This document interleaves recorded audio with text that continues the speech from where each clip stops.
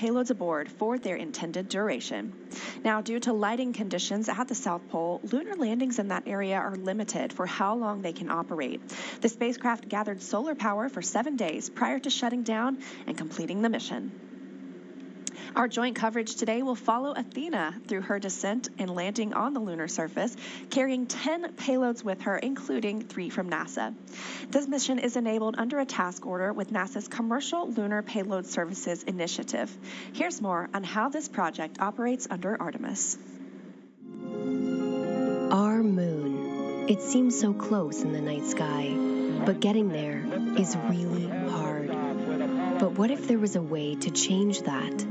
Only a few nations have successfully landed on the moon. As NASA sends astronauts back to the lunar surface, this time to stay, we will need to send science and technology instruments ahead of time to lay the foundation for human exploration. To make this happen, NASA is helping establish a commercial lunar economy.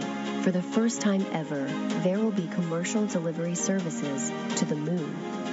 We are enabling American companies to send our payloads to the lunar surface for us. These delivery services will expand our capabilities for exploration, radically increasing the amount of science we can achieve.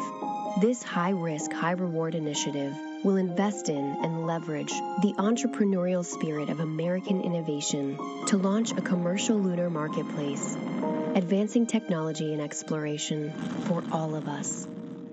With this never-before-seen streamlined access to the moon, we will be able to make novel measurements and develop technologies that scientists have long wanted to do on the lunar surface. And as this new industry matures, this commercial delivery service for NASA and other customers could expand beyond the moon to other destinations in our solar system.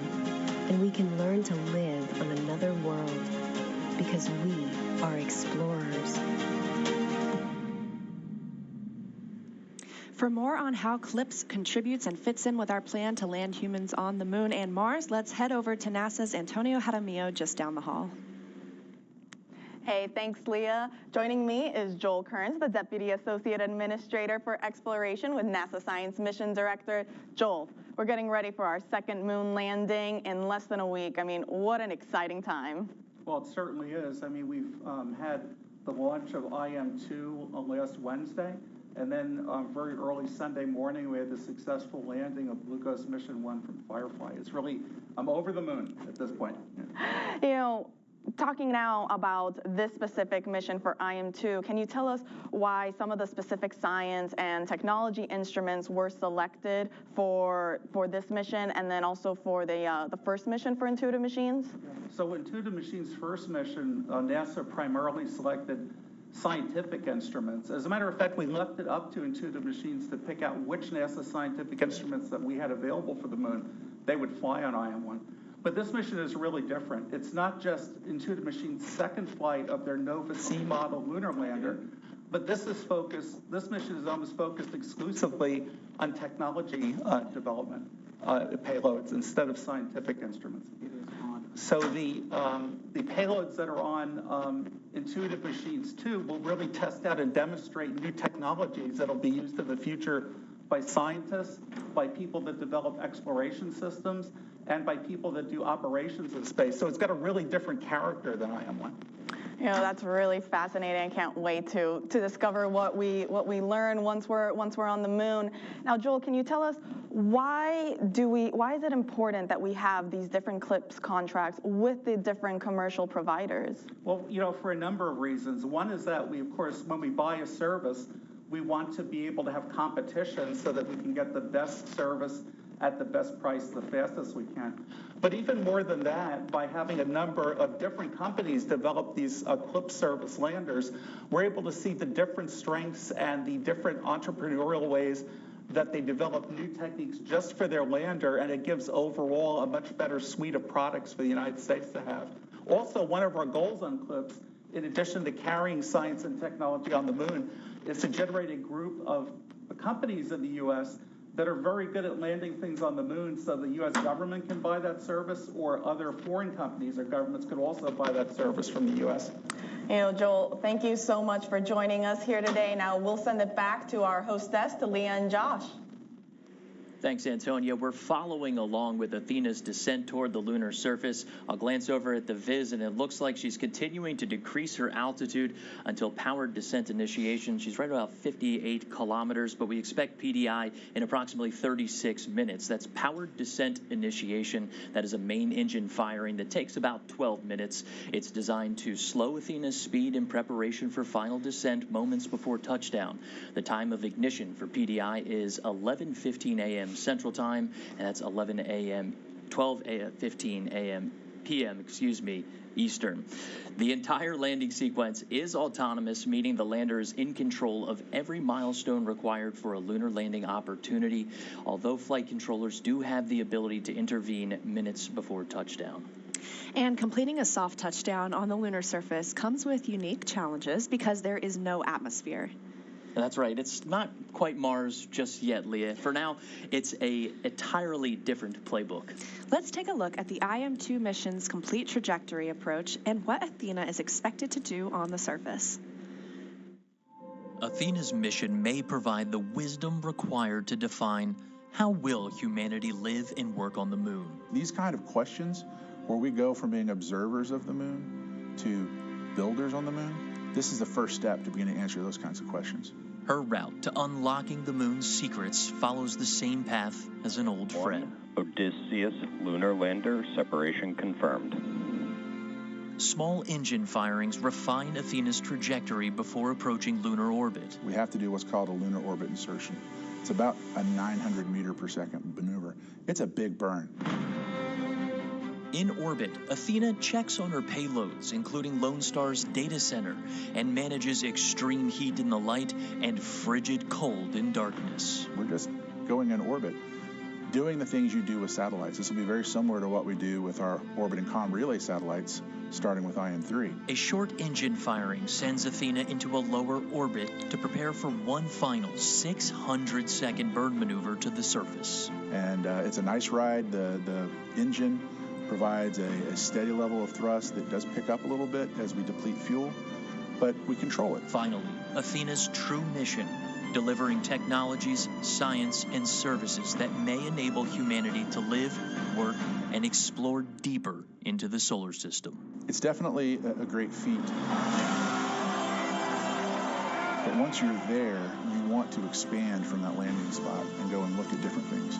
For approximately 10 days, Athena is designed to support NASA's Prime 1 drill suite, deploy a rover, send a rocket-fueled drone into a crater, and connect those spacecraft using Nokia's 4G LTE lunar surface communications system. We have people that are driven to build and fly and operate space equipment, and that's what we're here for. It's who we are.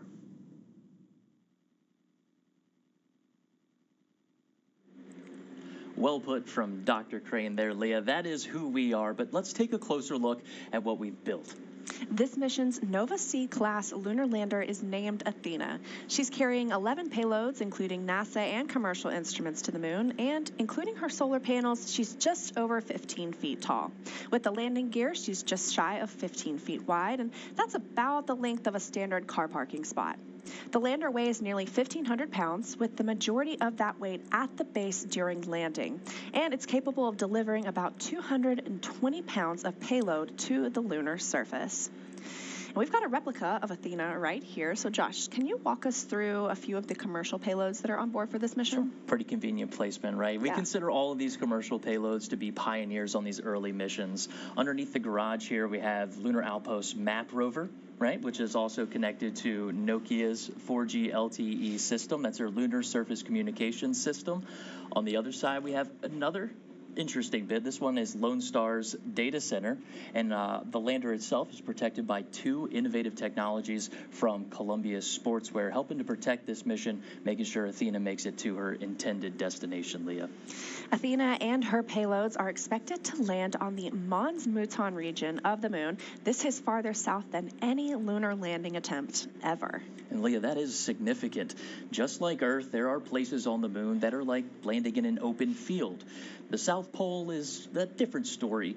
This mission's landing site is more similar to landing on a small plateau in the Rocky Mountains, but that's where we think that there's going to be water in future exploration. Well, to learn a little bit more, let's head to Antonio Jaramillo to learn about this landing site. Hey, thanks, Leah. Joining me now is Ben Bussey, Intuitive Machines Chief Scientist. Ben, you know, both IM-1 and IM-2 chose the moon's south pole for its landing locations. Why specifically the South Pole? So the lunar poles are interesting for both scientific and exploration regions. We know because of the moon's tilt that the craters near the pole are permanently shadowed. They never see the sun. So they're extremely cold, and we believe that water and other volatiles could build up inside those craters and in the polar region, and that represents a resource for future robotic and human exploration. And also the poles are sort of lunar incognita in that they've been relatively underexplored. If you think back to the Apollo era of exploration, that was all sort of equatorial, and so there's still a lot to learn about them.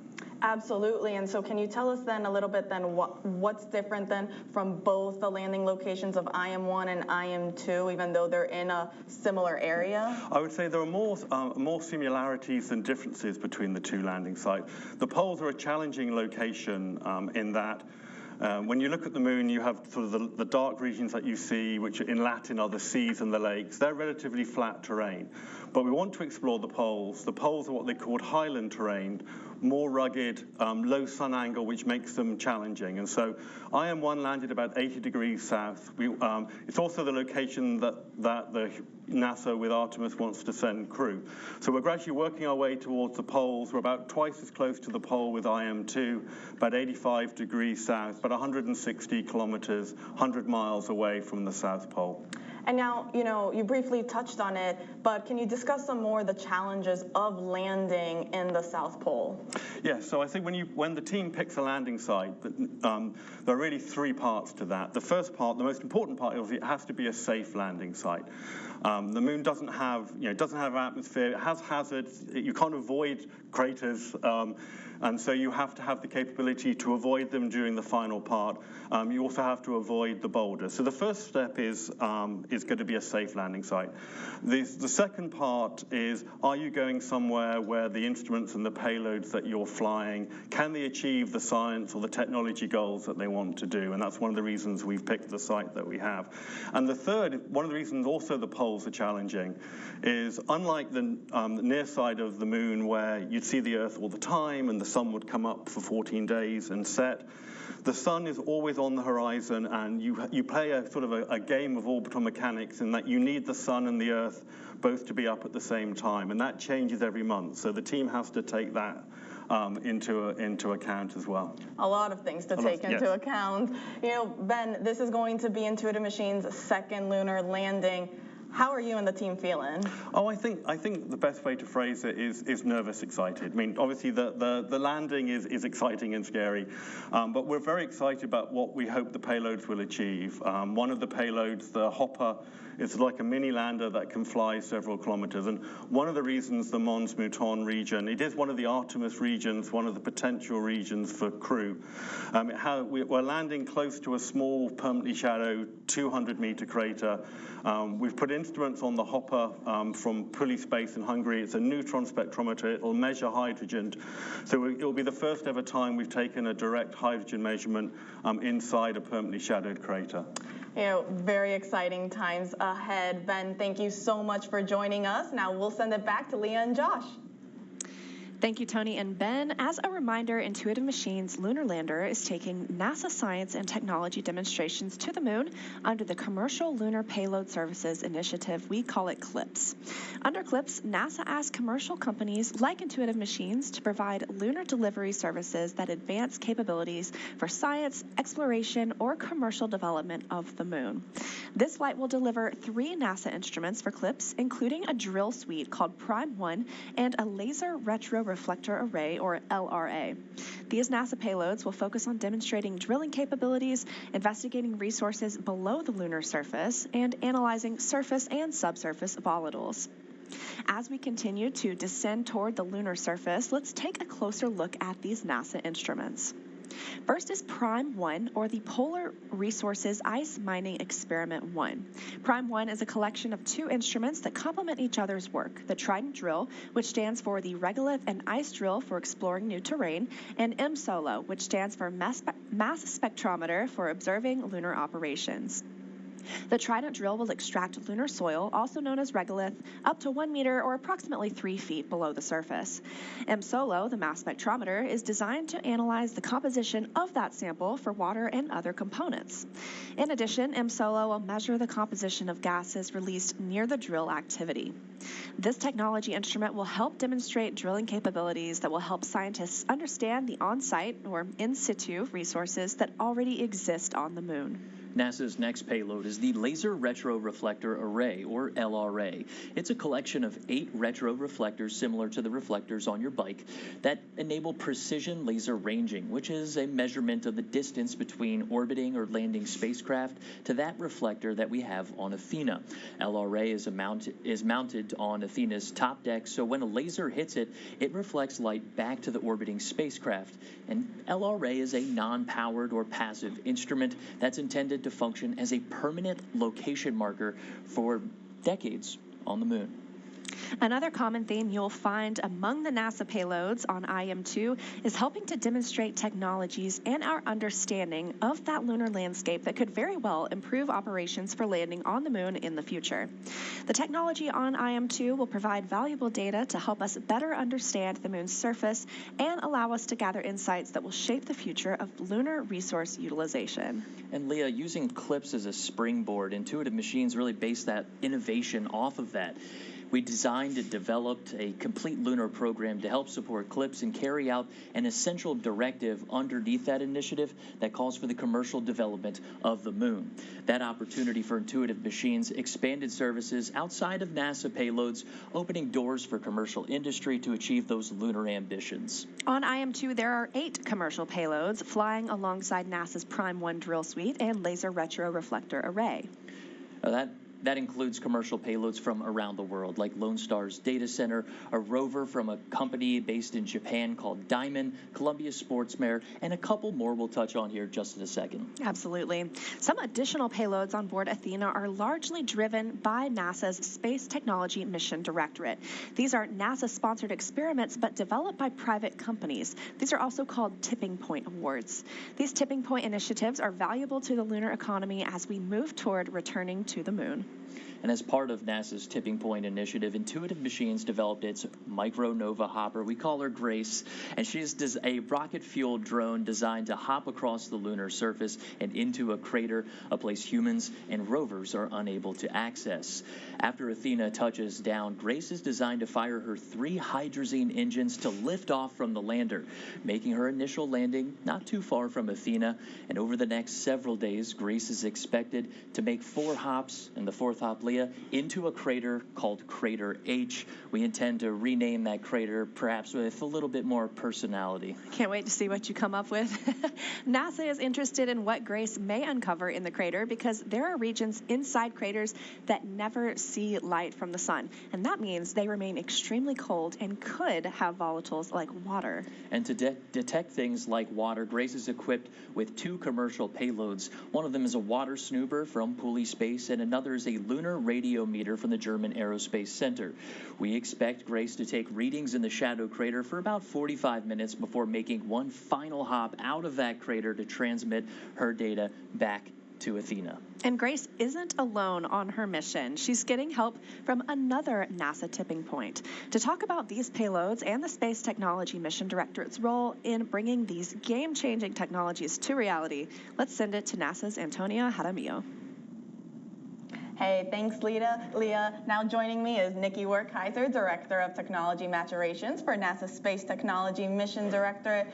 Nikki, can you tell us a little bit more about NASA's Tipping Point initiative and how it's being leveraged on this IM-2 mission? Of course. So the tipping points are really kind of the heartbeat of what we do in space tech.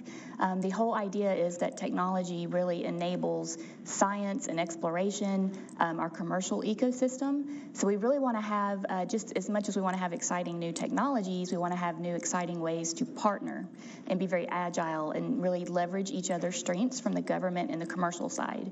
So the tipping points allow us to do that. So with the tipping points, industry, the companies we're working with, put contributions in. They have internal research funds and development, and then the government puts money in. So we're true partners in creating these capabilities. Now, specifically on IM-2, why did NASA decide to invest on Intuitive Machines' Micronova Hopper, or GRACE, and then also the Nokia Lunar Surface Communication System? So I'm glad you asked. So we have something called the Lunar Surface Innovation Initiative, and it was started in about 2019, shortly after Artemis. The whole idea there was, in order to do anything on the moon, you're going to have a set of capabilities or technologies that everyone is going to need. Just your basic infrastructure, if you will. So things like power and surviving, the dust and the environment you're in. But two of the key areas that come up over and over again, of course, are autonomy and robotics and mobility, being able to get around. We all know that there are places on the moon that are more treacherous than others. It's a pretty rough environment. So we have permanently shadowed regions, which you've heard about earlier today, that we want to get into. The hopper can do that, right, and get that data, show us what's in there. There's where we think we might have some water or ice.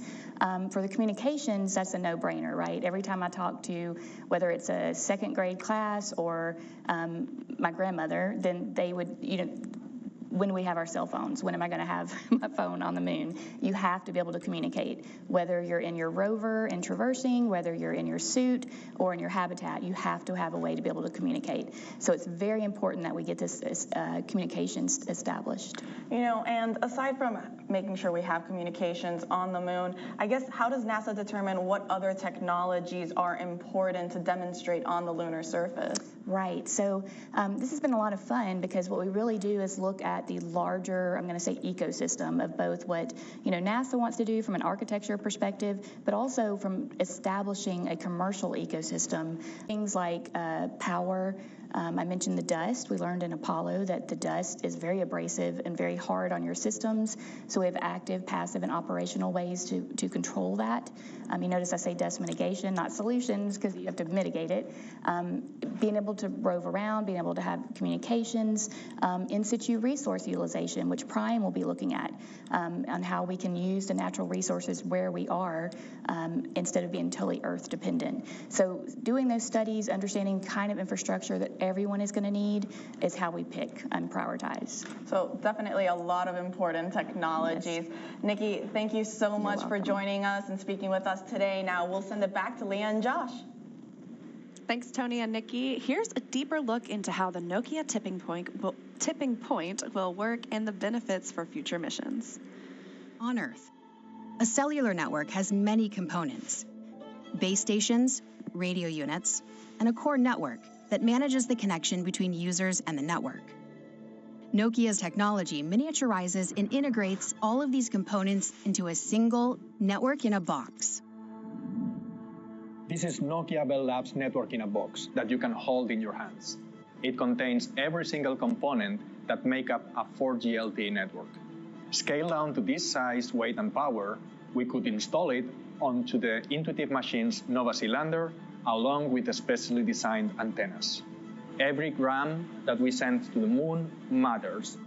While compact, the system also has many redundancies and fail-safes, allowing it to recover and heal itself. We also overhaul the system software to minimize the impact of ionizing radiation that would normally cause sensitive electronics to malfunction. The network links directly to devices in both the Lunar Outpost Map Rover and Intuitive Machines Micronova Hopper. For the mission to succeed, this network must be fully autonomous. It must deploy and configure itself once on the lunar surface. As the lunar rover goes about conducting experiments, and the hopper goes deep within a crater, the network must also constantly make adjustments to ensure it maintains connectivity. This is an uncrewed mission. There will be no human technician to tweak or repair the network if something goes wrong. Achieving that level of autonomy was a monumental task to undertake. Working with NASA's Space Technology Mission Directorate, Nokia plans to test the first cellular network on the moon. Success will have implications far beyond this important mission. In addition to the NASA payloads and tipping point initiatives, Lunar Outpost has another mission objective. Not only will the Lunar Outpost carry the Nokia tipping point demonstration, it will also collect lunar regolith, also known as lunar soil. Lunar Outpost and iSpace have contracts through NASA's Space Operations Mission Directorate for regolith collection. When completed, the companies will provide imagery and location data of the collected material and transfer ownership to NASA. Now, the purpose of this effort is to show that transfer of ownership from private to public. Lunar Outpost map rover will be on IM-2. This rover will also carry the Nokia tipping point demo we just mentioned and traverse the moon. And the company's lunar surface communications system that's from Nokia will demonstrate proximity communications between Athena, Lunar Outpost rover, and the Hopper. The Lunar Outpost map rover aboard the IM-2 mission will also carry a technology from the MIT Media Lab Space Exploration Initiative called AstroAnt, which was tested through STMD's Flight Opportunities program. To change the pace of space, the Science Technology Mission Directorate's Flight Opportunities program works with industry flight providers to rapidly demonstrate promising technologies in reduced gravity and other relevant environments. And Leah, we're just about 12 minutes from Athena starting her final approach to the lunar surface, and things are moving forward as going into an intense 11-minute main engine firing towards the lunar surface. And to this point, Athena has traveled over 700,000 kilometers up on the Viz over 8 days for this final, very risky maneuver. Yeah, risky is right. It's no secret that landing on the moon is challenging. Countries around the world have attempted this incredible feat, with some being successful and some not. Of course, the United States has landed on the moon many times, most notably during the Apollo program. But today we're looking for the third landing by a U.S. commercial company enabled under NASA's C.L.P.S initiative. Ahead of these important milestones, let's discuss the challenges of landing on the moon through C.L.P.S. Take a look. Landing on the moon is hard. We're going back. Under this Artemis program, we're going to be sending humans to the moon for the first time since Apollo. So ahead of humans, we want to get up as much science exploration and technology experiments as possible. So C.L.P.S starts facilitating a lot of the early science, the things we want to learn before we even send humans. C.L.P.S stands for Commercial Lunar Payload Services, C.L.P.S. The services part is the key element. Ordinarily, when NASA delivers a payload to the surface of the moon, they do it with a commercial partner, but NASA controls the building of the vehicle. Now, we're buying the service of delivery of our lunar payloads to the surface of the moon. It is a delivery service, akin to a delivery service that you'd have here on Earth. NASA will provide payloads to a commercial company.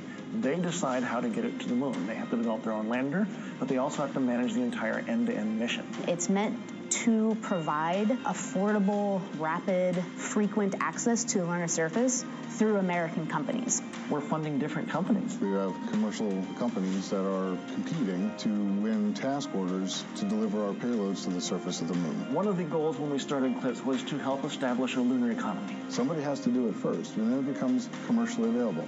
Then they're able to crank them up. Then they're able to make it more affordable. And so the lunar surface is just the next frontier for a commercial environment. But we had to acknowledge up front, all the way through the highest levels of the agency's leadership, that some of them will fail.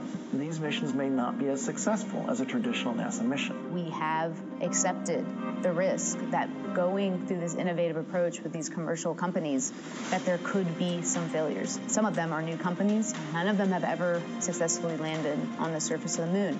So they're going to learn lessons. We need to give our vendors the opportunity to learn. And so that'll help ultimately buy down our risk as these companies learn, okay, what does it take to actually build up the lunar lander, integrate payloads, get to the lunar surface and land safely? They've been able to demonstrate that they have very, very good technical depth and the ability to design and execute missions. We're willing to take more shots on goal. We aren't risking human lives. And in the big picture, if we're flying missions at 1/10 of the cost of a NASA mission and we fail 2 of them, we still get 8 missions for that same price. Even with 1 or 2 or 3 failures, this is still a very economical proposition. It's a risk posture which is more risk tolerant than NASA is accustomed to. There's not a single one of these companies that's willing to bet their mission on a coin toss. Every one of them is doing what they can in order to have the most successful mission possible. But the important thing to realize is that risk tolerant does not mean risky. And the rewards are a long-term ability to get payloads to the moon inexpensively, frequently, and rapidly. We want science, so we can then put more of our resources on even more science, exploration, and technology payloads and get more of a return on investment when we get to the moon. C.L.P.S provides tremendous benefit across the scientific and economic communities. So there's a lot we'd like to learn about the moon to help human habitation and prepare us for missions to Mars and beyond. So the moon is the first step. We are coming up on just about 22 minutes from Athena's planned lunar landing attempt. Let's take a live look into Nova Control. Josh, can you tell us what's going on right now inside your Mission Control Center? Well, flight controllers are all monitoring Athena's flight data in near real time. That means Athena is sending data from nearly 250,000 miles away to ground stations contracted by Intuitive Machines across the globe and into Nova Control. The mission director and landing system experts are looking at a screen called the Deorbit Descent and Landing, or DDL screen.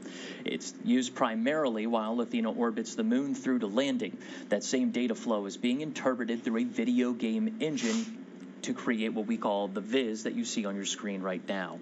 Well, we have made some improvements to increase the fidelity and reliability of the viz. We expect to keep it up for you during the landing, although the last few seconds may be an estimation of what's happening, as Athena may lose communications contact, particularly when she pitches over right before vertical descent. Right now, looking at the viz, it shows Athena approximately 15 kilometers above the lunar surface, so we're getting close.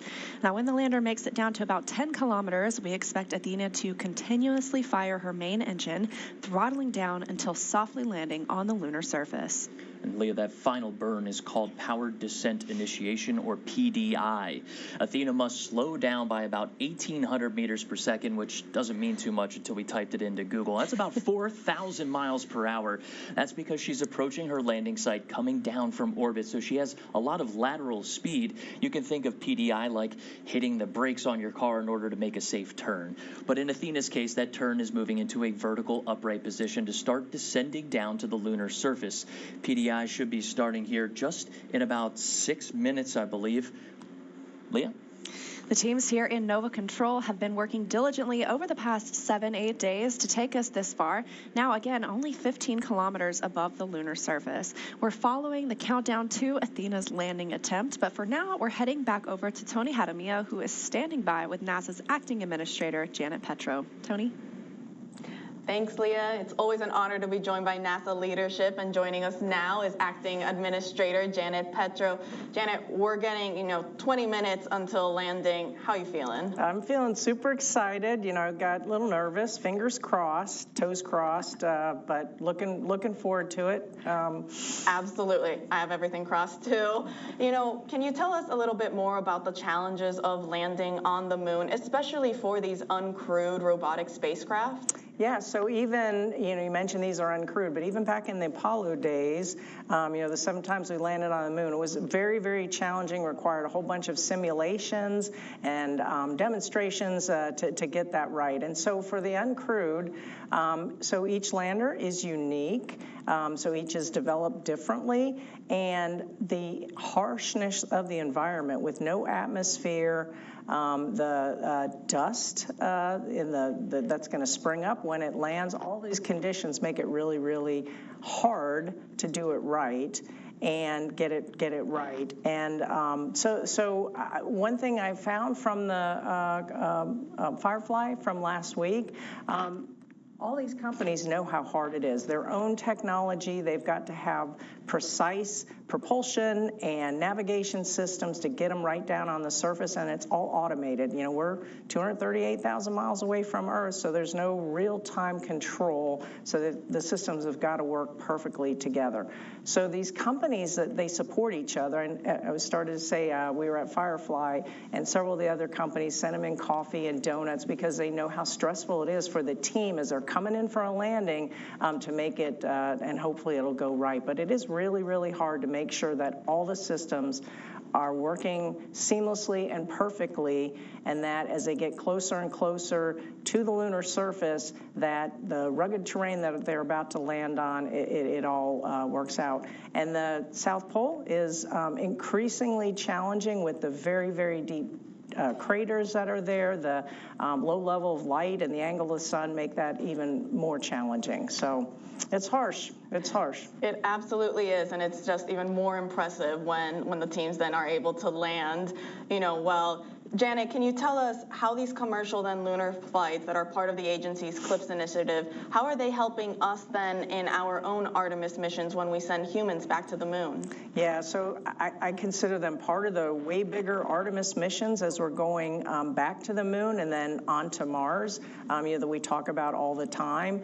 And so C.L.P.S, the Commercial Lunar Payload Services, I just think it's a brilliant partnership between NASA and innovative companies to come up with their own concepts and ideas and help put forth science and instruments earlier than we're going to be able to get humans on the moon. And we'll be able to learn a lot from these instruments and payloads that we're deploying. Things like, the water ice. Maybe we can find some water ice, different roving mobility techniques. Of course, looking at all the lunar resources and the drilling, drill baby drill that we're going to do on this mission. So all of that we're going to be able to apply to Artemis when we get humans back on the surface of the moon, and then as we go out to Mars. And again, I think C.L.P.S is a brilliant partnership.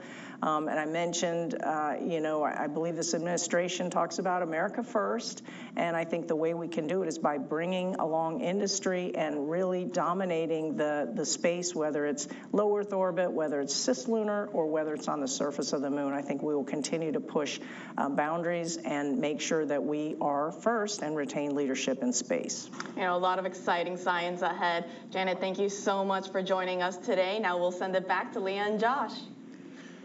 Thanks, Antonia. It's time to buckle up, space fans, or lean forward in your chair. We just heard the call out for 90 seconds for time of ignition for PDI. Let's go ahead and open up those operational channels so that folks at home can listen as we go in towards PDI, Leah. That's a braking burn coming out of orbit, trying to slow down about 4,000 miles per hour. Yeah, PDI stands for Powered Descent Initiation. So this is really that final commitment that we are coming in for landing. And everything is really going to happen in rapid succession after this 11-minute burn, now just 60 seconds away. The rest of the sequence is only about 2 minutes to touchdown. Can you break that down for us, Josh? That's right. It's going to be rather quick after we get through this PDI maneuver. You're going to hear things 45. Call out for 45 seconds. After PDI, we'll have pitch over, HDA, vertical descent, and then landing operations. We're just now inside about 30 seconds, standing by for that time of ignition for PDI. 30 seconds. And with 30 seconds, we are now 13 kilometers above the moon. Again, we're going to bring it back down to 10 altitude and start that burn. We might be AFM is in exec mode. I was just about to say we're listening for exec mode here. 15 seconds. RCS settling burn. Settling burn. That's our attitude control system. Ignition commanded.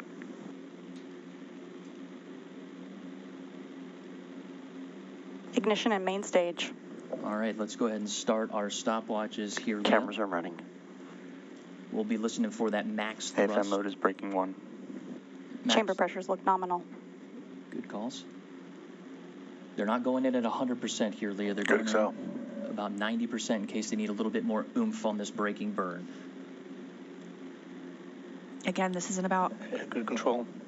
About an 11-minute burn, but the engine does not cut off at the end of this burn. It just continues to throttle down until we land softly on the lunar surface. We're listening in to hear some good confirmations of data. If you hear good confirmation of data, that means that that data is making its way to the viz, what you're watching right now on your screen. We do expect to lose some of those communications, especially during that pitch over maneuver at the end of PDI. That's when the lander will be changing its attitude and maybe those antennas aren't pointed directly back to Earth. It's something we expect, something we plan for. But one thing that's unique to the lunar south pole is what's called multipath, and that's when you have radio waves reaching their intended destination back at Earth after they're taking a different route, maybe bouncing off a crater or a ridge. So we do expect less than optimal radio signals on the surface, but that's something we have to plan for, and it's something that's reflected inside the viz here. So if the viz does lose communications, it's going to continue moving in its last estimated vector. So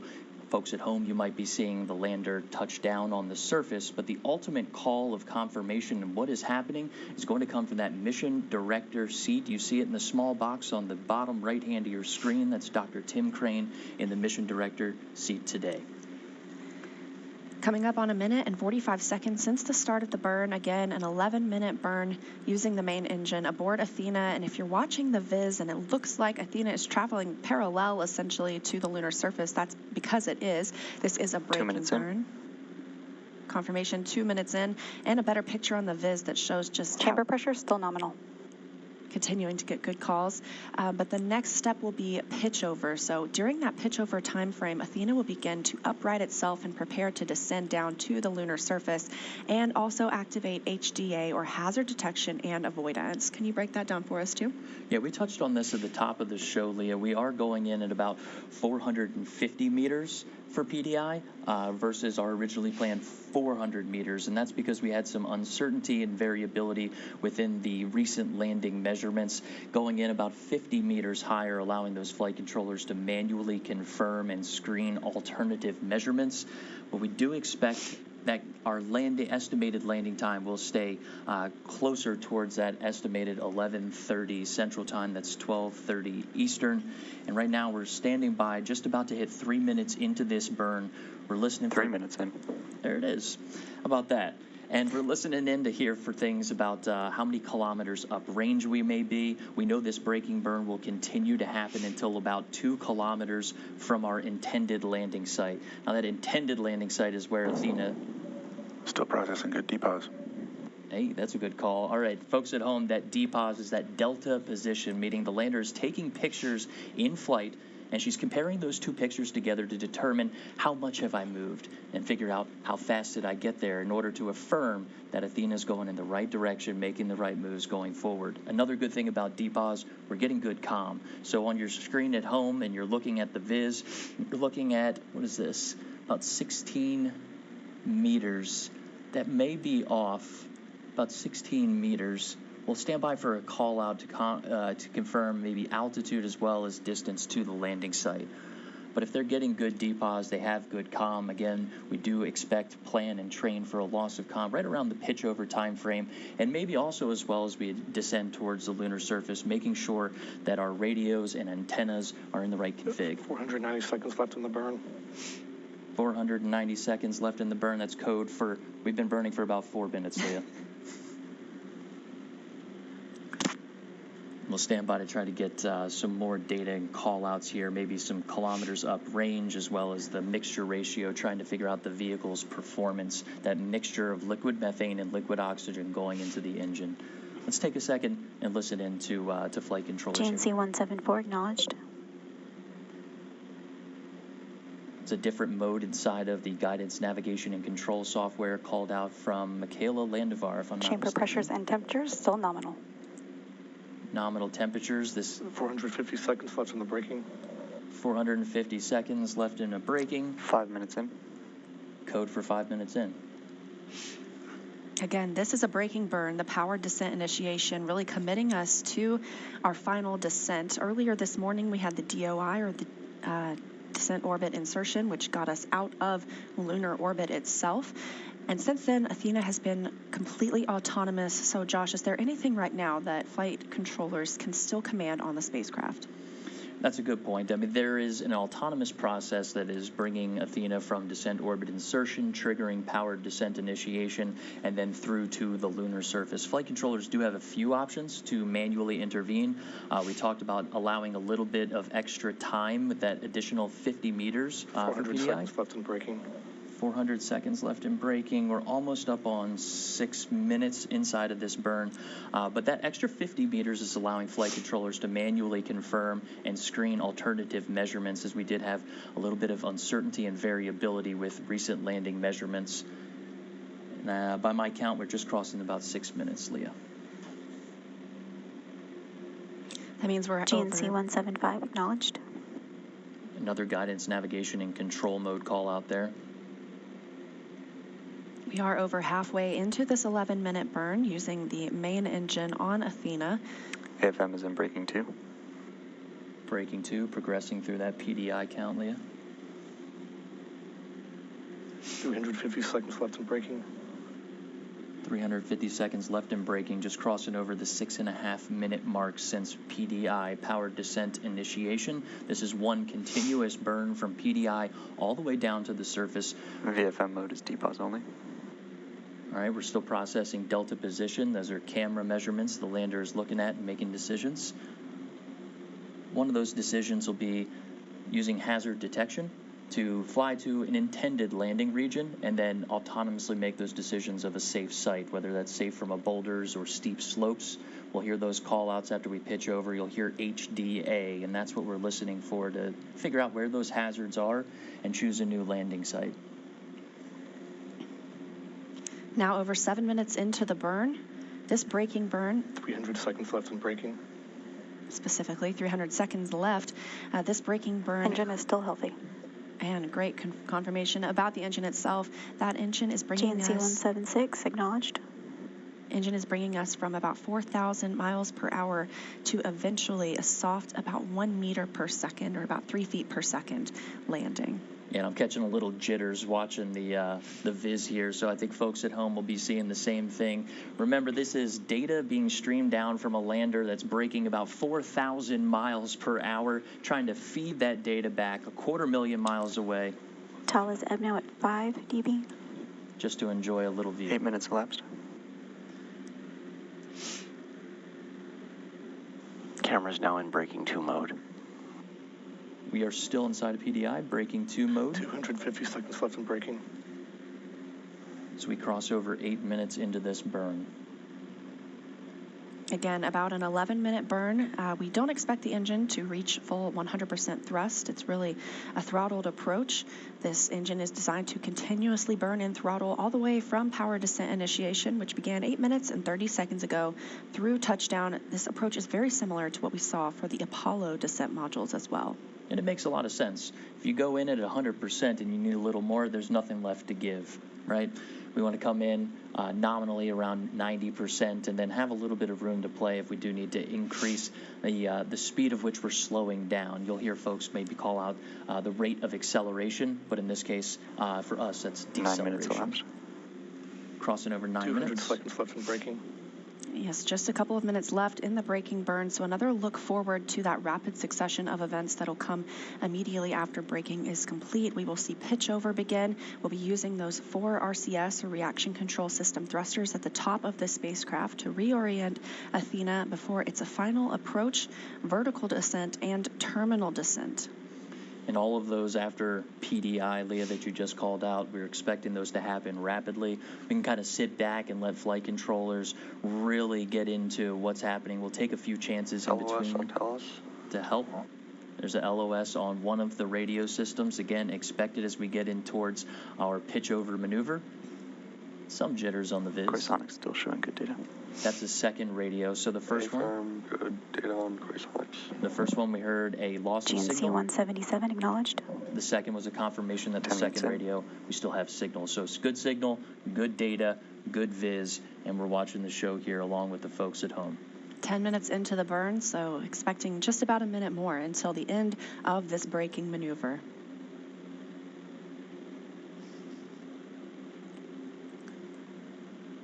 We expect and plan for pitch over just about 2 kilometers away from the intended landing site. That gives Athena a little bit of time to pitch over and start looking forward using her navigation sensors to detect different hazards, as well as her altitude to lower down to the lunar surface at approximately 1 meters per second if all goes towards plan. There's LOS as we approach our pitch over.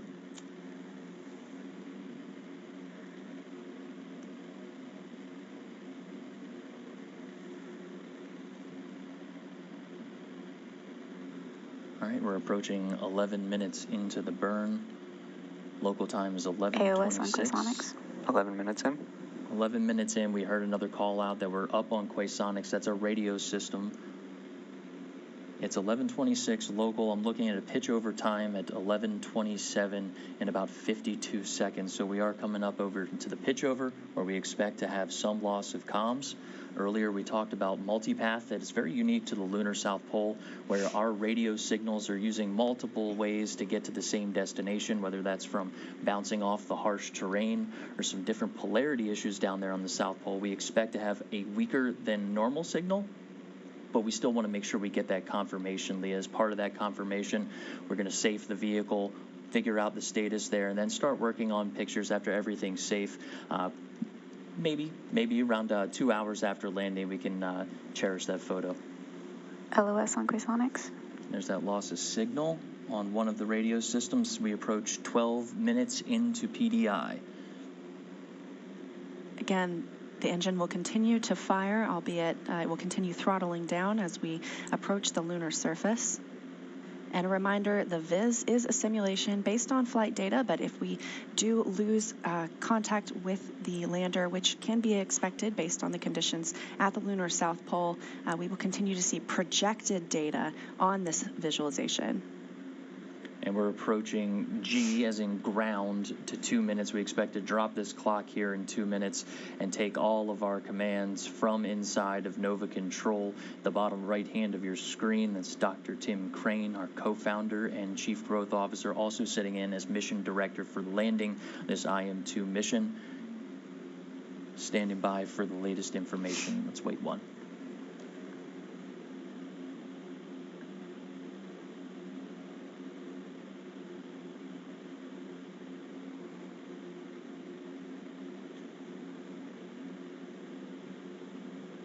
Quasonics AOS.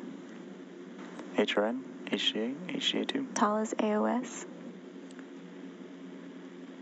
60 seconds left in braking. 60 seconds left in braking.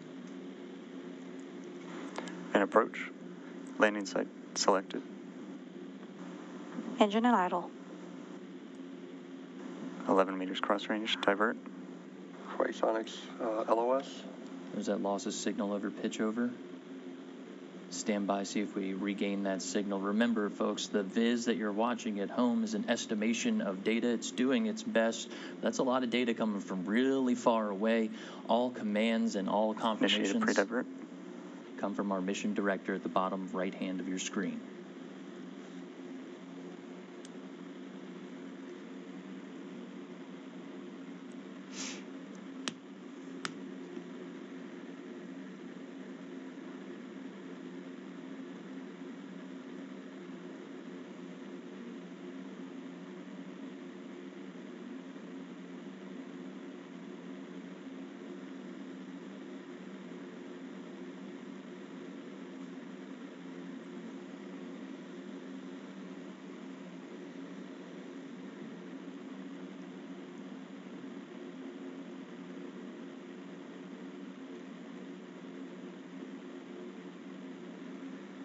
Again, we are standing by, monitoring the VIS just as you are at home, along with Nova Control.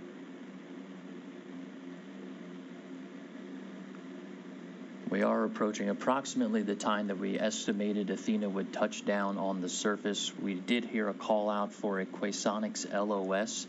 That is our radio system, something we expect to happen at pitch over. That's prior to a vertical descent and terminal descent. That latest data, how are we doing on signal? Is what you're seeing on the VIS. Why don't we go ahead? Currently are getting our uplink through Hemi-2, and we have a healthy AGC value, so our uplink is coming in strong for Thales. And then for our downlink, we have a strong EBNO at 17 on Green Hilly, and we are currently not seeing our Quasonics. So we are in Quasonics LOS. All right, that's a Quasonics. See our signal strong on the spectrum for Thales. I'm not seeing our Quasonics on our spectrum as of yet. FM, what mode are we in? Approach, 17. That's the last we've seen. All right, so that's up on one radio, and they do have a loss of signal in the second. Fido, I'm looking at the Sense6L. Do you see the Sense6L reading? Let me look. That's the mission director detecting C I if the am lander. seeing a Sensed Excel 1G. So that was the mission director, Tim Crane, trying to figure out what is the vehicle sensing. It has 2 inertial measurement units on board. You can think of those as your inner ear. So when he's asking what is the sensed acceleration, that's what he's asking for, is what is that inertial measurement unit, that inner ear, detecting as far as acceleration.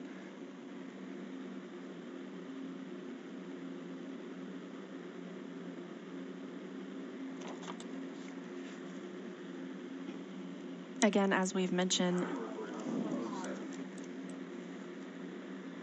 the viz here is just an interpretation of landing.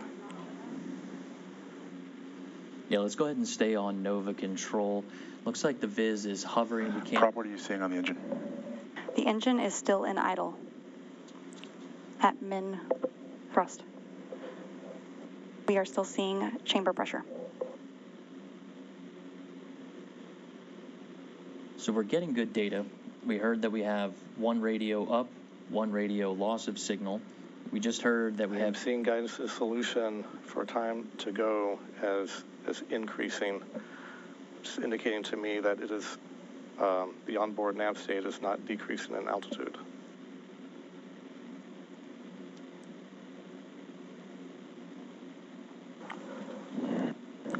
The good news, the HRN laser is now ready to fire. So we heard that we have 1 good radio sending down data, 1 that has loss of signal. We have prop... Standing by with a manual command for landed ops. Yep. No recommendation at this time. Yep, we have prop telling us that we have good data. That was someone just commanding. We heard exec mode to go into this firing mode, and someone standing by to get into our landed ops mode. I'll wait for Dr. Crane to confirm here. But if we're pulling down data, we'll see how this goes. Looks like Tim's about ready to jump on the loop and sort out what we saw on the viz versus what the folks inside of Mission Control are seeing on their monitors. It's a good reminder, too, this public channel that we're listening to here in the studio, Leah, and what people are listening to at home, at the landing party at Lone Star Flight Museum. All right, folks. I'm showing that we are sensing lunar acceleration. So we're on the surface. Let's evaluate. All right, let's continue to evaluate. I hear we do have a picture from a portion of the descent. Is that right over there? All right, so that's a picture during braking, about 10 kilometers up from the lunar surface that we do have while we wait for a little more information. We can confirm the engine is still running and therefore needs to be upright. If we were in a different configuration, the engine would have snuffed. Okay, so we have confirmation. I believe that was from Con that says the engine's still running. This picture you're looking at,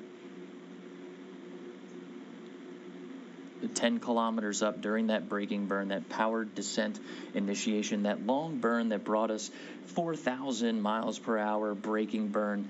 Incredible shot. Yeah, that's what I'm saying as well. All right, there's another view there. Looks like from this panel, we're looking at the garage. So that's Lunar Outpost Map rover inside of that square right there, Leah. And this looks like it's probably about the same altitude, maybe about 10 meters above the surface. And one more here for everyone. It's about the same altitude there, maybe a little bit more exposure, but these... Camera's still running in HRN mode. These photos came down for us just a few moments ago. Wanted to share those before we jump back into Mission Control as flight controllers are looking at this dynamic situation and learning. Yeah, go ahead and put us in landed ops. It looks like we're down. We need to evaluate that situation, and I'd like to get a picture. As they say, picture it didn't happen. LOS. Dr. Crane's onto it right there. A couple things here, Leah. FM3402 was acknowledged. AOS on Thales. What we're hearing in our ears and what folks at home are listening to are not the only channels. Check your systems. That mission controllers are working on. It's an engine shutdown notice. We'll see what comes out of this. But they're all on different loops, having separate conversations. So all the information that we have, that folks have at home, isn't necessarily the exact vibe inside the room. So we'll stand by and listen in to see what we have here. I did hear Dr. Crane call out that They are getting readings for lunar Folks are moving to acceleration. the post-landing court procedure.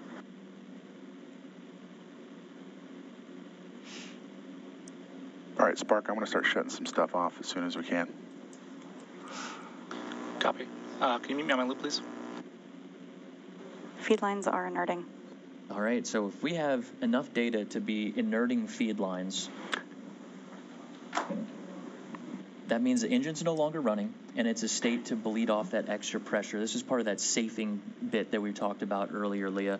Looks like our CEO, Steve Altimus, just stepped into the room. That's in the bottom right hand of the box here, talking to the mission director, Dr. Tim Crane. He just called out telling Spark to turn some things off. That's because we need to remain in a power-positive state, Leah, getting that top-deck solar array into a spot where we are able to charge, but sometimes you have to turn a few things off to make sure that you're charging and not just burning through that power.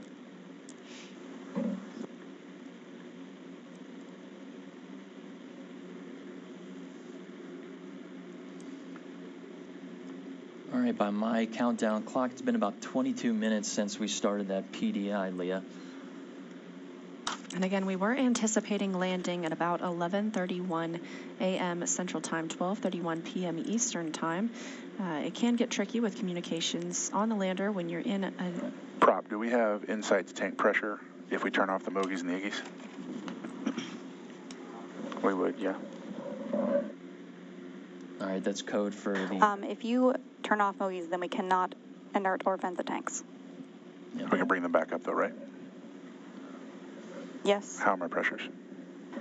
They're low at this time. Okay. Turn off the Mogies and the Iggies. Going. Could we turn everything off except the vent valves? Yes. That would be everything except MV103 and MV303. All right, all this activity is regarding the lander's propulsion system. They're going through deciding on how to vent it. We heard two things there, Leah. We heard Mogies and Iggies. That's our motor engine gimbal system, right? And our Iggies are igniter. So they're working through the process of safing this engine. At the top of the show, we talked about the priorities after touchdown, and being safe was first, followed by pulling down some health status information, and then images. And then just about 3 minutes ago, we heard Dr. Crane go ahead and say, FM3403 acknowledged. We'll prioritize images. It's just about 9 minutes after the expected landing. So let's hang tight and continue to watch this problem and challenges unfold inside of Mission Control. Each one going through, finding this challenge, each one getting solved here. It sounds like they're still working through venting the engine system.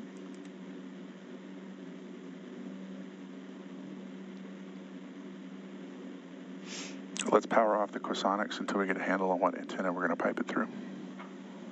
Copy. Quasonics is currently in idle mode. Good enough, thank you. Quasonics, that's our radio. There's two radio systems on the lander.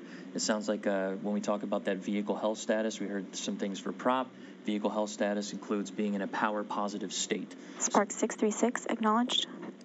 So we are communicating, commanding the lander, and getting acknowledgments back that the lander is behaving as expected. So putting those things together while we wait for confirmation from Dr. Crane. We have an engine that is shut down. We are venting the engine. Spark 637 acknowledged. We are getting acknowledged commands from the lander.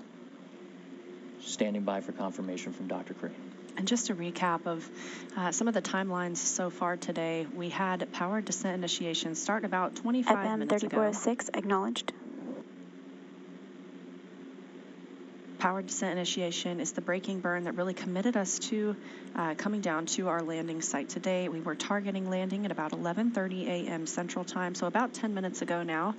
Again, still just standing by for some confirmation from the teams in Nova Control, and hopefully a picture that shows the status of Athena on the lunar surface. Landing site today is Mons Mouton. It is the furthest south target for any landing up into this point. And pretty credible images we just went through. You know, for those to come down during Spark 638 acknowledged. During that landing sequence, showing during that deceleration burn, just about 10 meters, I believe that was, over the surface for those images. Let's see who we have in there. Yep, down towards the bottom right-hand side. Spark 639 acknowledged. Of your screen, we keep hearing those acknowledgments of the vehicle receiving our commands as we stand by for the real deciding factor here.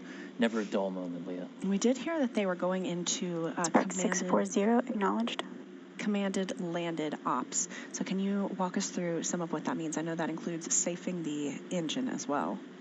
Right, so there's different modes that we need to command, right? At the beginning of PDI, we hear the command for exec mode, all right? Spark 641 acknowledged. That's executing the burn maneuver, right? When we switch over into landed ops, it's a different setting on the lander in order for us to go through those steps, safing the vehicle first and foremost, that liquid methane, liquid oxygen engine. Yep, bring it down. Also, FM, I'd like a recommendation on whether or not we keep Thales 1 up or if we bring it down. It's going to be a decision on up and down for radios based on bring it down power. for now. We're taking the same pictures. I would not recommend powering down Thales.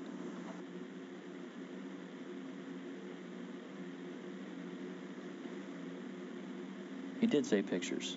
He did say pictures, yes. So hoping to see the status of Athena on the lunar surface soon. We were initially expecting pictures would take a couple of hours to come down as the flight teams prioritized downloading data and safing the vehicle, but this will help us better understand the configuration of the lander. Spark 642 acknowledged. Every time we hear Michaela come on the tunes Order, there. can you zoom in on this view?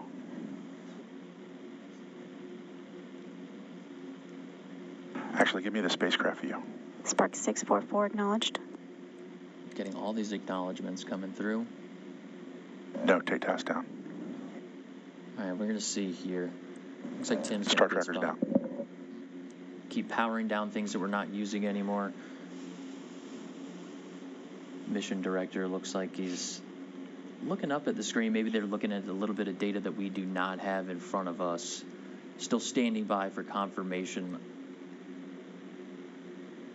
But we've heard a few steps go through the process, venting the lander's system, hopefully pulling down data inside of mission control, confirming Athena's status on the surface. And then finally, it sounds like we've heard a couple mentions of pictures. We've shown a couple from that descent stage.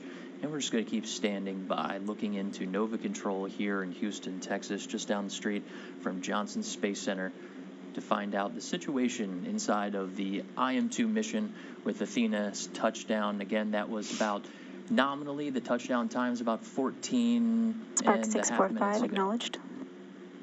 We're still in contact with the vehicle right now. We know the vehicle has shut down. Its engines are powered down. We are getting acknowledgement transmissions to the vehicle. All right, team, keep working the problem. We're shedding power as fast as we can to keep the vehicle in good health. We are generating power.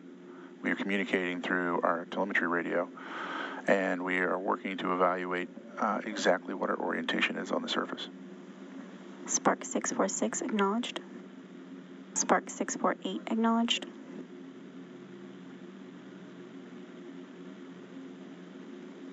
So good confirmations there, right?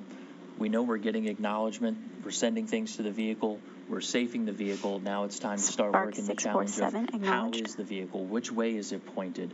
Earlier in the show, we talked about the different antennas on the vehicle and trying to work those, but we are charging, which is a very key element to this mission. Looks like the room's filling up with our subject matter experts. Just continue working on this challenge to see where we stand.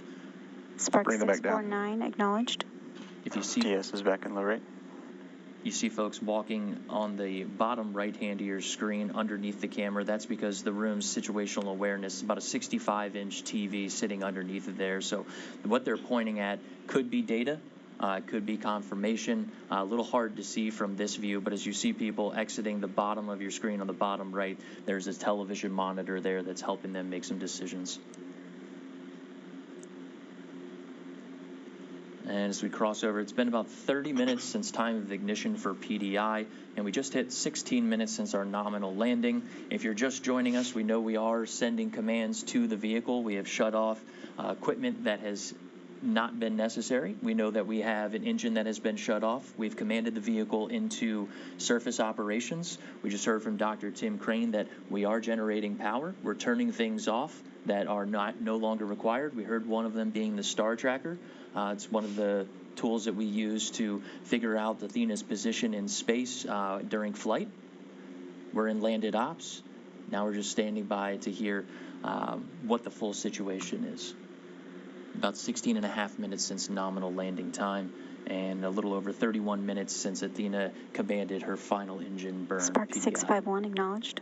Like you said, Josh, we are Order, communicating. go ahead and turn on the displays for all the antennas.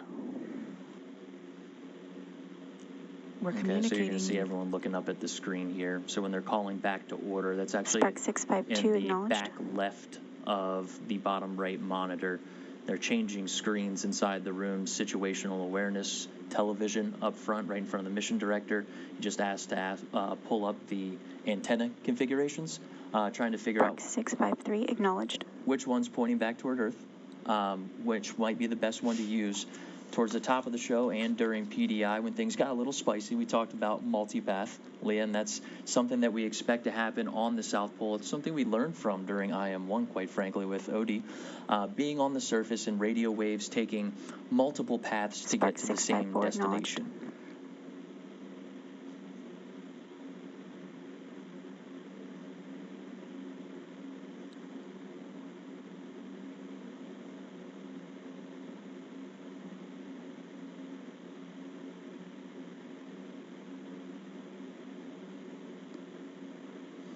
Multipath exists down on the lunar surface just because there are so many different ways. So during IM-1, we were sending out signals that were bouncing off the surface, bouncing off of craters, and making their way back to Earth.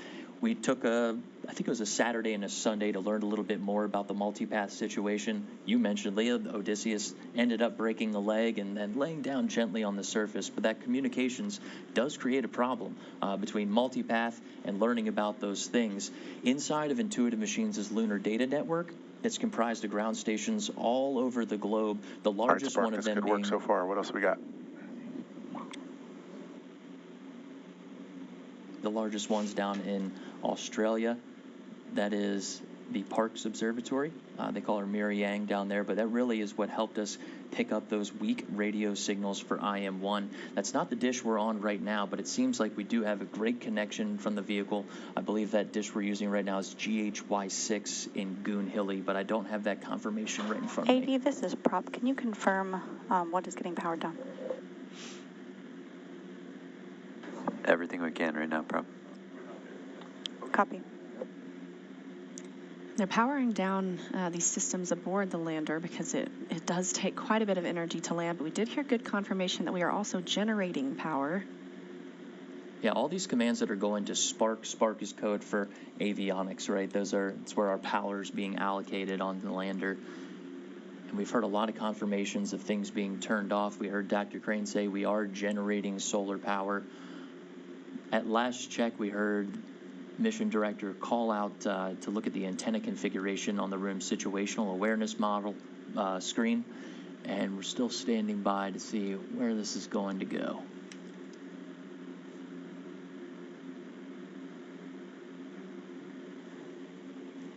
Yes, power down the chrosonics until we're ready to use it.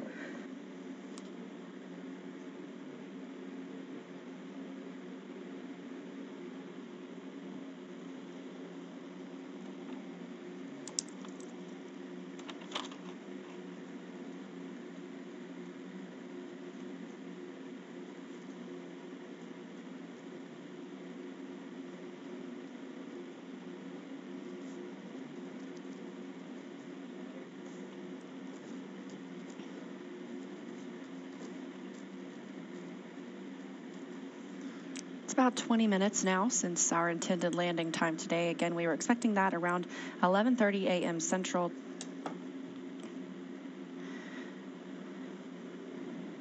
Teams in the room in Nova Control, that's here at Intuitive Machines in Houston, Texas, just down the street from Johnson Space Center, continuing to evaluate the status of the spacecraft.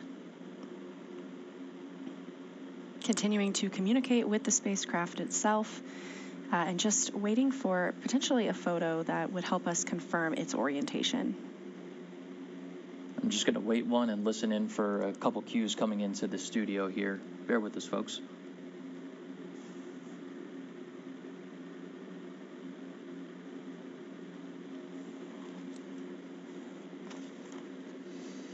Thanks again, folks, for joining us for the IM-2 missions landing coverage. I want to go over a few things we do have coming into the studio, into our ear, that we can confirm while the folks are working inside of Mission Control on their own challenges, but a couple things that we do have that we can confirm.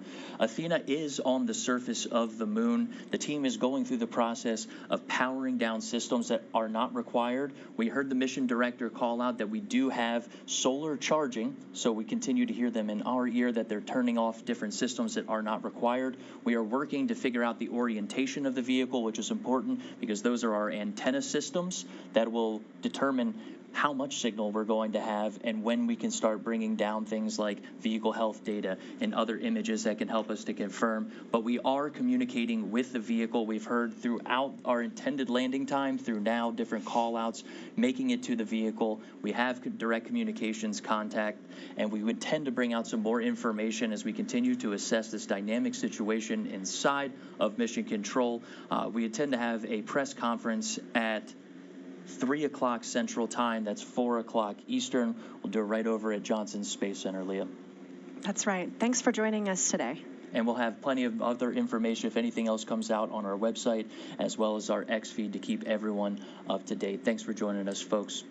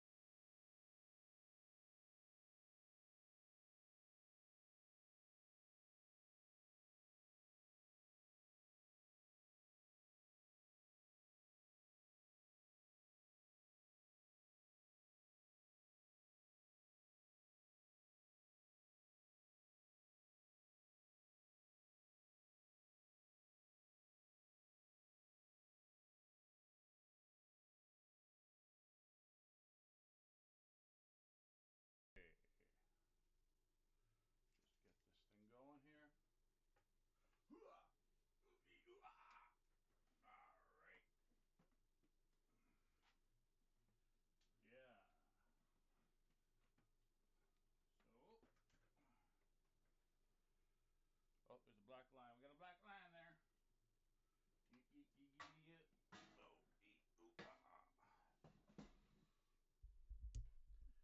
Yeah. All right. Here we go. We're rolling. Is this thing on? Probably not.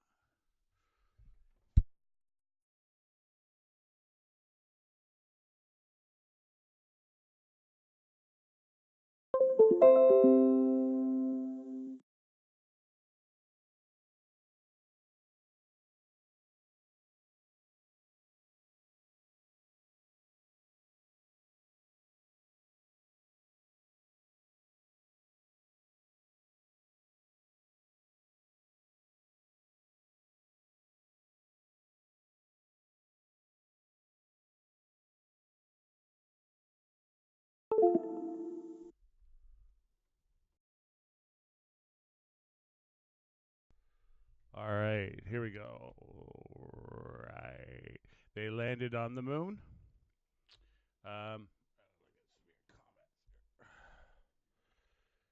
They have a few issues.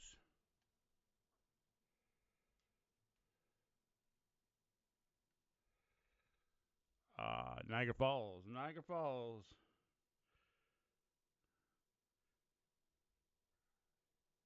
Yeah, I mean Niagara Falls. It's I will open the place once this thing gets rolling. But honestly, politics is very intermittent. I should have just done straight space, but hey, You get a lot of hits when you do the other stuff, politicking and stuff like that. Lots. I didn't expect as much as it, all kinds of stuff. From the parties, from all kinds of parties. But what they did here today, they landed. They don't know if it's upright. There's a communication. It wasn't necessarily down. It it wasn't like the communications weren't necessary. They had two. One was for sure working, and the other one they weren't sure. So it looked like possible problems. Oh, you're in Tirana. Yeah, Niagara Falls. It could have been lots going on. Lot good. They don't know. Remember, just recently the Odessa mission lander landed on its side. They still got all their stuff out and everything like that, but it's not so easy. I know that the problem is with Hollywood and the conspiracy theorists. It's just everything is a conspiracy theory now, and it's almost, to me, it's gone overboard. They're only doing that just because they're actually literally getting there now. They wouldn't be letting Hollywood produce this crap if they weren't actually doing it now, right? They're doing the counterintuitive stuff. We're actually landing on the moon.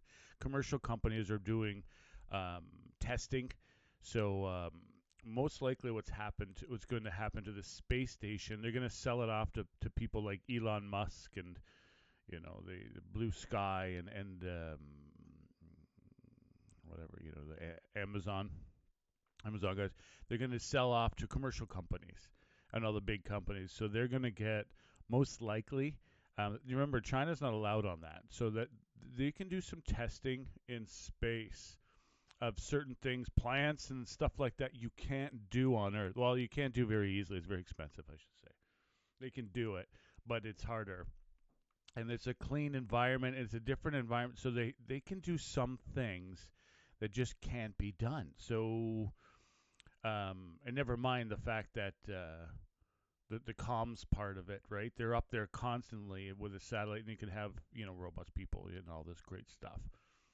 Just you don't have robots to do comparatively as much. So it's a lot bigger of a thing. And now that we have rockets that are a lot cheaper, Elon's rockets, and other rockets, by the way, there's lots. Sending the rockets up there was a very intricate thing before, heavily mechanical, all mechanical switching, very, very complicated. But now they've got it down pretty much. France is, I'm just Googling it now. I'm going to, if I can.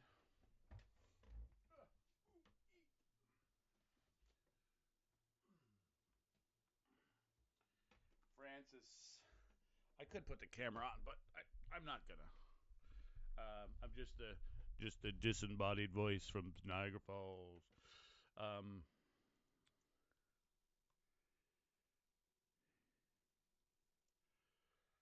Ariane 6. A-R-I-N-E. Ariane 6 mission. Now, the Ariane 6 mission has... okay, it launched. All right, it just launched. European rocket Ariane 6. This is from France 24. This is commercial and spy network.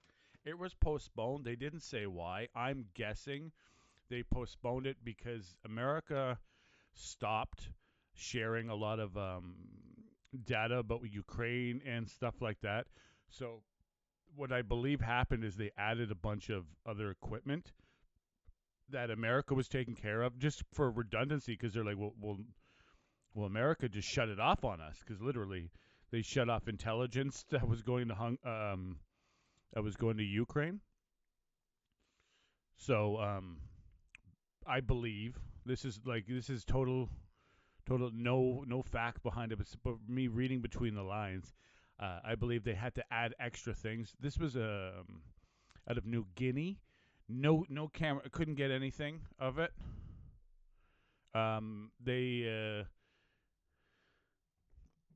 They were concerned about possible, attacks and stuff like that. So they did it in Kourou, French Guiana.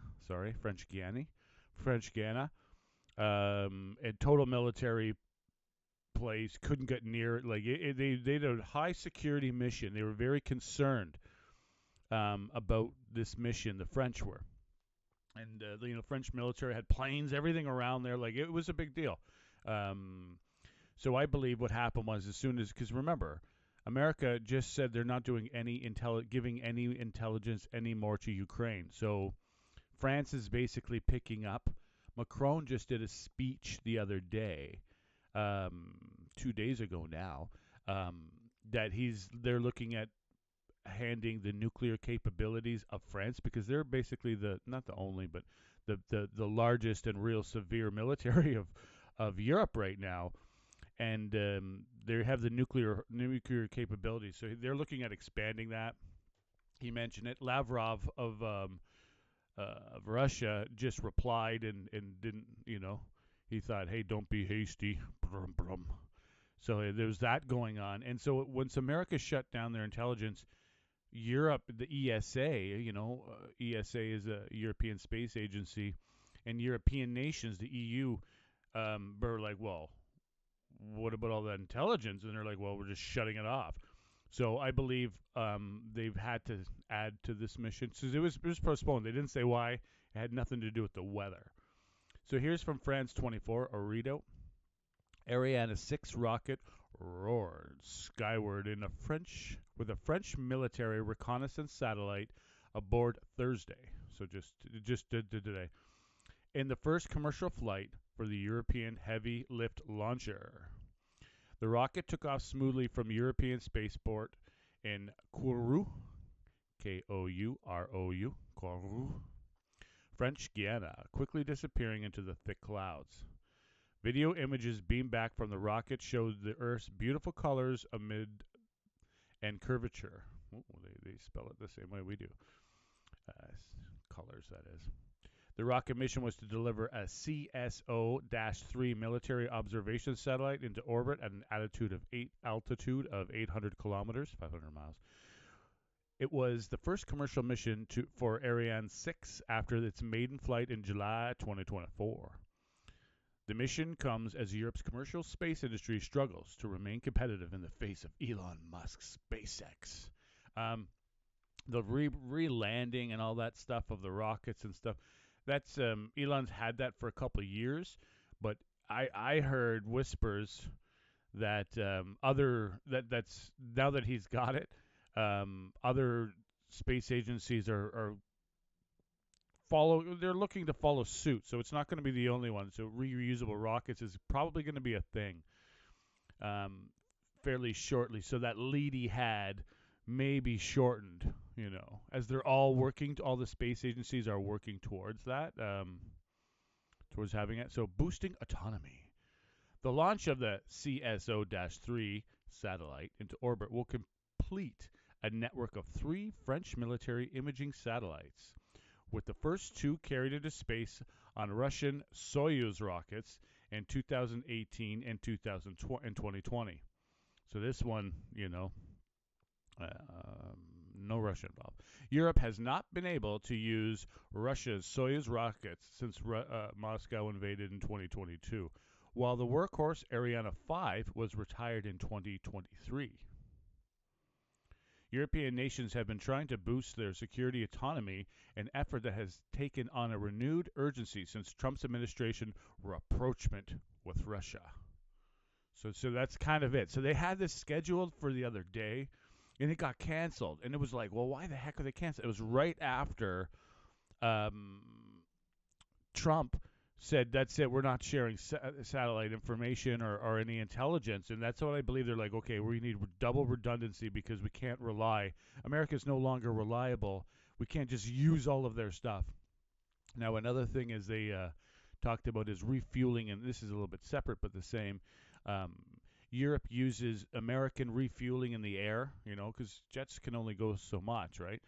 So refueling in the air has always been, it's basically the gas station in the sky. And America basically did it. Everyone relied on America. They're like, please let us use your your gas station in the sky.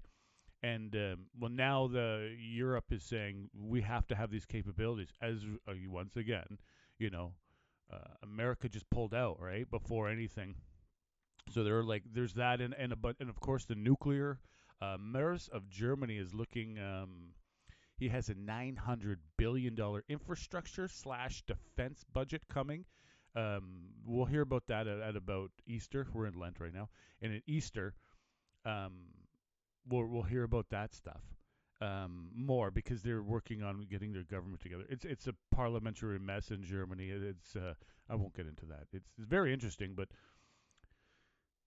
it's off topics. So since they did this rapprochement, the Europeans have been scrambling to say, okay, we have to do our own thing. We can. And Trump has been asking for this for a long time, saying, you know what, you to do your own defense and, don't rely on us anymore, basically. And there's still 60,000 troops in Europe, American, but they're pulling back on their duties and stuff like that. Well, it looks like Europe is just on a mad dash. So here it continues on France 24's reporting. The CSO-3 satellite is expected to strengthen France's intelligence capabilities, allowing the army to receive high-resolution images. So high-resolution images. Europe has only a handful of military satellites compared to the hundreds sent into orbit by the United States and China. Given the military role of the satellite, strict security precautions are being taken to limit the access at the Kourou spaceport. See, I'm telling you, the French military, they're normally pretty relaxed. They're not relaxed anymore. French is it's a new France. Macron is speaking different. Their military is on edge. They're acting more Americanish, stand back, please, sir, with weapons pointed at you. Very, very different French military lately. And I'm only talking in a week. So on the northern coast of South America, okay, so you can look at this Kourou spaceport with 3 Rafale, A-R-F-A-L-E, Rafale fighter jets. They're pretty cool looking jets. They're pretty fast. They look more, I would say, more like the MiG than the Tomcat, whatever. Deployed to patrol the surrounding sky. So they had these things. They had jets circling the air.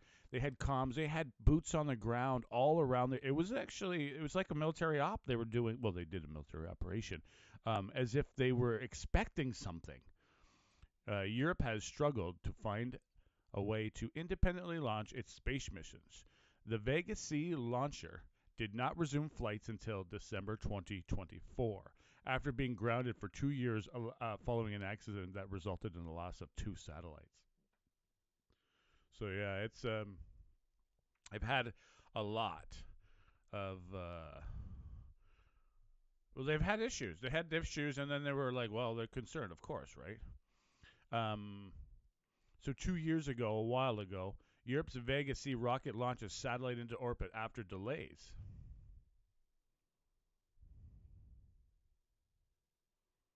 This is December, okay? December article from France 24. After 2 days of delays, the rocket crucial to Europe's autonomy in reaching space took off without problems, carrying the Sentinel IC satellite for the European Union's Copernicus Earth Observation Program. This, you know what I mean? The satellite, which provides data and services for observing the planet in order to understand climate change impacts and stuff, was put into orbit at an altitude of about 700 kilometers. Now, this one was 800 kilometers. This is 100 kilometers more than the last one. This is a space satellite. The Vega C rocket is a beautiful rocket. I could... I'm going to look at your comments. Yeah, Niagara Falls, no comments. Okay, the Vega C. I recommend you look it up. The Vega C -C. It's a beautiful rocket. It's It's a smooth high rocket. I like it. It doesn't have the capabilities of obviously Elon's ones, but they're putting Europe is putting a lot of money into this research and infrastructure, big time. So expect more from this. The 800 billion the EU just said they're going to basically look at. I bet you some of the money will go to ESA, the European Space Agency. I imagine this will happen because intelligence and satellites in space are a part of modern warfare, right?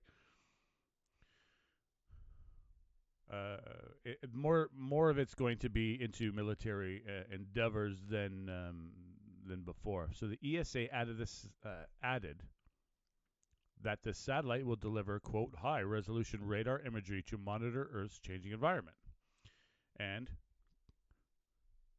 new capabilities for detecting and monitoring maritime traffic. Okay, so the maritime traffic it can monitor so there's been a bunch of cables and pipelines being cut in the North Sea, so that definitely will be a part of it. And in Europeans' budget, someone was asking, Europe's military budget. They said, well, America spends $1 trillion, and you're only going to spend $800 billion. And basically the reply was, yeah, but we're only looking at Europe. America is the world, right? The whole world is their oyster. Well, they're like, well, Europe and area surrounding it. That's where they're focused on with this money.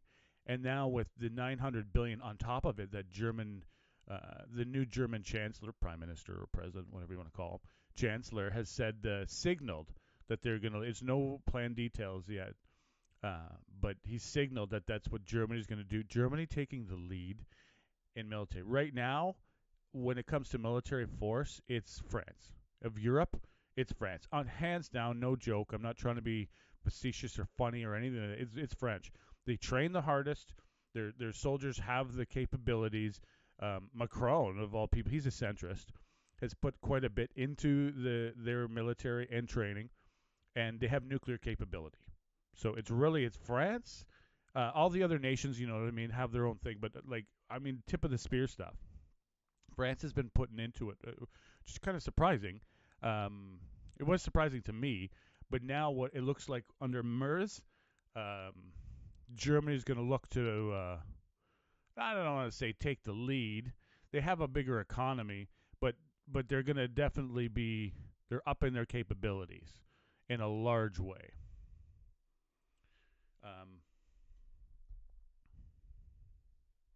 So back to the article.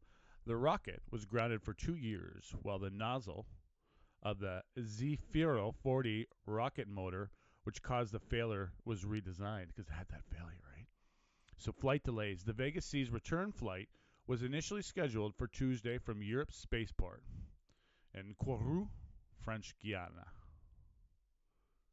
It's 2.5 tons payload into polar orbit of 700 kilometers.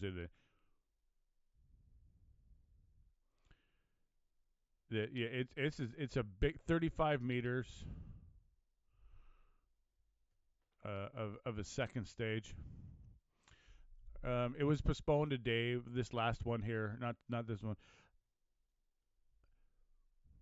They said there was mechanical problems in the last